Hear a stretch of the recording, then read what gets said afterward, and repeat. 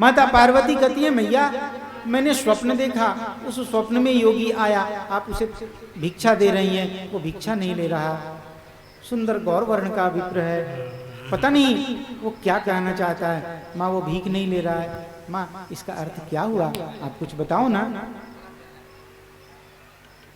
माँ मेरी समझ में नहीं आ रहा, आप कुछ बताओ। मैया कहती हैं बेटी मैं सब समझ गई हूं, मैं जान गई, अब तुम्हारा तप करने का समय आ गया है।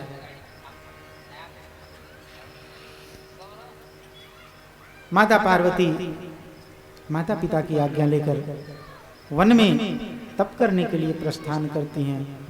कुछ सखियां कुछ सहेलियां माता पार्वती के साथ गई हैं। सखियों के साथ वन में जाकर माता पार्वती कठोर तप करने लगी हैं।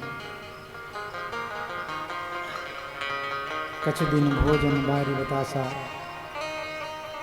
ऐसे कठोर तप करना प्रारंभ कर दिया है माता पार्वती ने। इधर जब माता पार्वती तप करने के लिए चली गई हैं,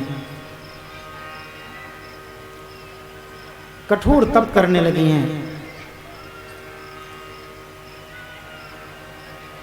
भगवान भोलेनाथ के सम्मुख प्रभु श्री राम प्रकट हुए हैं। प्रभु को अपने आगे देखकर भगवान भोलेनाथ अत्यंत प्रसन्न हुए। आहा, आज तो एक भिखारी को मान लो संसार की पूरी संपत्ति मिल गई है। जिस प्रकार मैं आपके दर्शनों के लिए सदा लालायित रहता हूं, सदा सोचता रहता हूं कि हे प्रभु आपके दर्शन हो जाएं, आपके दर्शन हो जाएं, और आज तो मुझे घर बैठे ही आपके दर्शन हो गए। वाह वाह प्रभु, क्या कृपा की है आपने। आपकी कृपा ऐसे ही भक्तों के ऊपर कभी कभी अचानक से हो जाया करती है। प्रभु आज तो बड़ी कृपा भाई आपकी। आज लगे आश्चर्य हमें ममनाथ खड़े, एक याचक जैसे।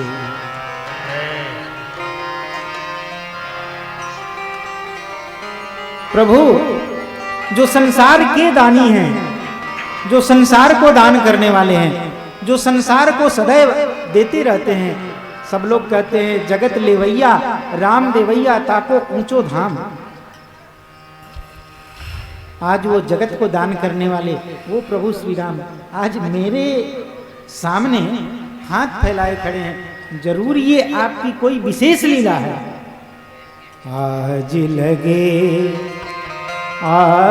आश्चर्य हमें ममनाथ खड़े, एक याचक जैसे।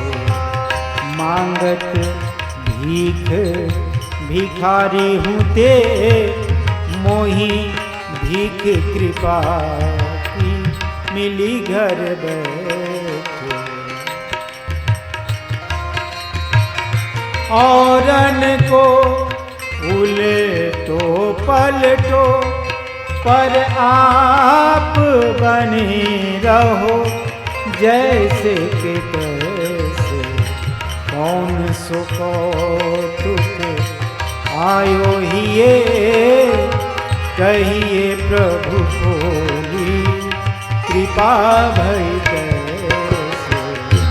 कौन सो कौतुक आयो ही ये, कहिए प्रभु बोली कृपा भई कैसे।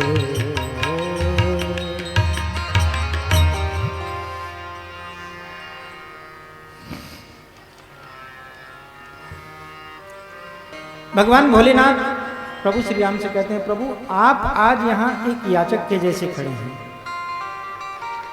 आप याचक बन के खड़े हैं, ये तो आश्चर्य की बात है।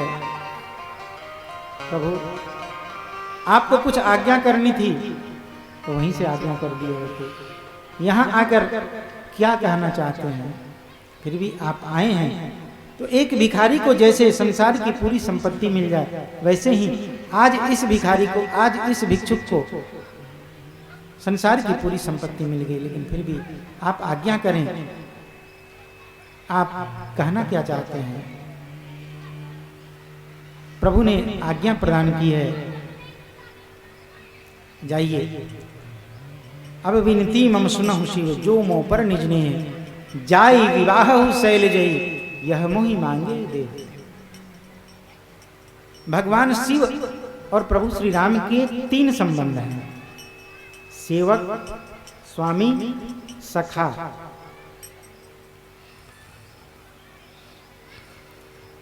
प्रभु श्री राम अपने आप को शिव जी का सेवक मानते हैं, शिव जी प्रभु श्री राम के सेवक अपने आप को मानते हैं। दोनों एक दूसरे को अपना सेवक, दोनों एक दूसरे को अपने आप को सेवक मानते हैं। दोनों एक दूसरे को सेवक, स्वामी। राम जी शिव जी को स्वामी मानते हैं और शिव जी राम जी को स्वामी मानते हैं। ये स्वामी और सेवक का संबंध है इनका। 2 संबंध हुए। तीसरा, अब दोनों एक दूसरे को स्वामी मानते हैं, अपने आप को एक दूसरे का दास मानते हैं, लेकिन कहने में संकोच होता है। आपका मैं स्वामी, ऐसा कहने में संकोच, तो कहने में संकोच होता है, तो इसलिए दोनों आपस में सखा भाव रखते हैं। तो 3 संबंध हो गए, सेवक, स्वामी और सखा। ये 3 भाव हैं भगवान भोलेनाथ और प्रभु श्री राम के बीच, और इन तीनों भावों को इस पंक्ति में प्रभु ने स्पष्ट कर दिया है। कहते हैं, अब विनती मम सुनहु शिव। अगर आप मुझे अपना सेवक मानते हैं तो सेवक स्वामी से विनती करता है। तो इसलिए अगर मैं सेवक हूं, आप मुझे सेवक मानते हैं, तो अब विनती मम सुनहु शिव, मैं विनती कर रहा हूं आपसे।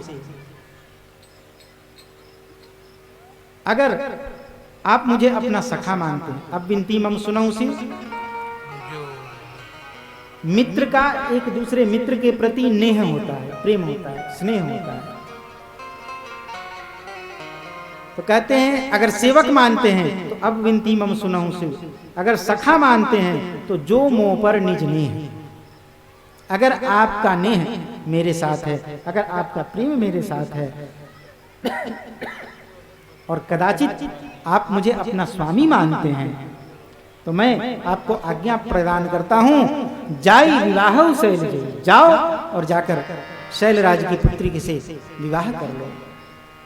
जाई विवाह शैल जई, यह मोहि मांगे दे।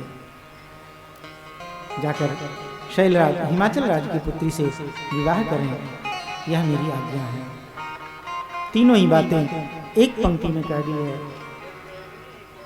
भगवान भोलेनाथ ने इनकी बातों को सुना है और सुनकर अत्यंत प्रसन्न हुए हैं। प्रभु, अब क्या मैं बार बार विवाह ही करता रहूं? ये शादी ब्याह का चक्कर अब छोड़ो ना, मुझे भजन करने दो आपका। प्रभु ने कही कि अपनी खुशी के लिए ना सही, मेरी खुशी के लिए तो विवाह कर लो, जाओ। अरे आपको पता नहीं, आपके विवाह होने पर आपकी जो संतान होगी उसी से तारकासुर का वध होगा। कम से कम मेरी नहीं तो देवताओं की तो सुन लो। बेचारे त्राही त्राही कर रहे हैं, तारकासुर के त्रास से त्रसित हो रहे हैं, इनकी तो सुन लो। और हमारी ना सुनो, देवताओं की ना सुनो। माता पार्वती आपको पति के रूप में प्राप्त करने के लिए कठोर तप कर रही हैं, उनकी तो सुनो। हम 3 पक्ष हैं, तीनों में से किसी का तो सुनो आप,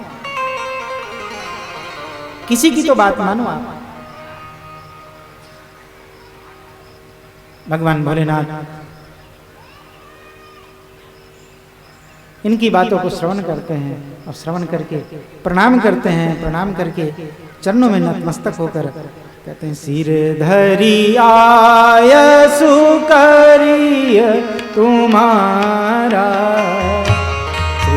धरिया यसु करिय तुम्हारा, परम धर्म यह नाथ हमारा, परम धर्म यह नाथ हमारा, परम धर्म यह नाथ हमारा, परम धर्म यह नाथ हमारा, परम धर्म यह नाथ हमारा, परम धर्म यह नाथ हमारा।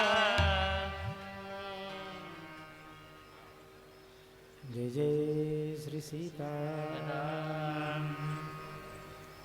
भगवान भोलेनाथ प्रभु की आज्ञा को सिर पे धारण करते हैं। भगवान ने कही सिर पर मत धरो, सिर पर नहीं उर में धरो, सिर गंगा की धार, जो धो बहाई ले जाई हैं, जाने कौन किनारे। आप सिर पे नहीं हृदय में धारण करो। भगवान शिव ने प्रभु को कहा, प्रभु हृदय में आपकी आज्ञा का आप ही को धारण कर लेता हूं, अगर भूल जाऊं तो आप बता देना। भगवान शिव ने प्रभु की आज्ञा को, प्रभु को ही हृदय में पधराया है। यहाँ से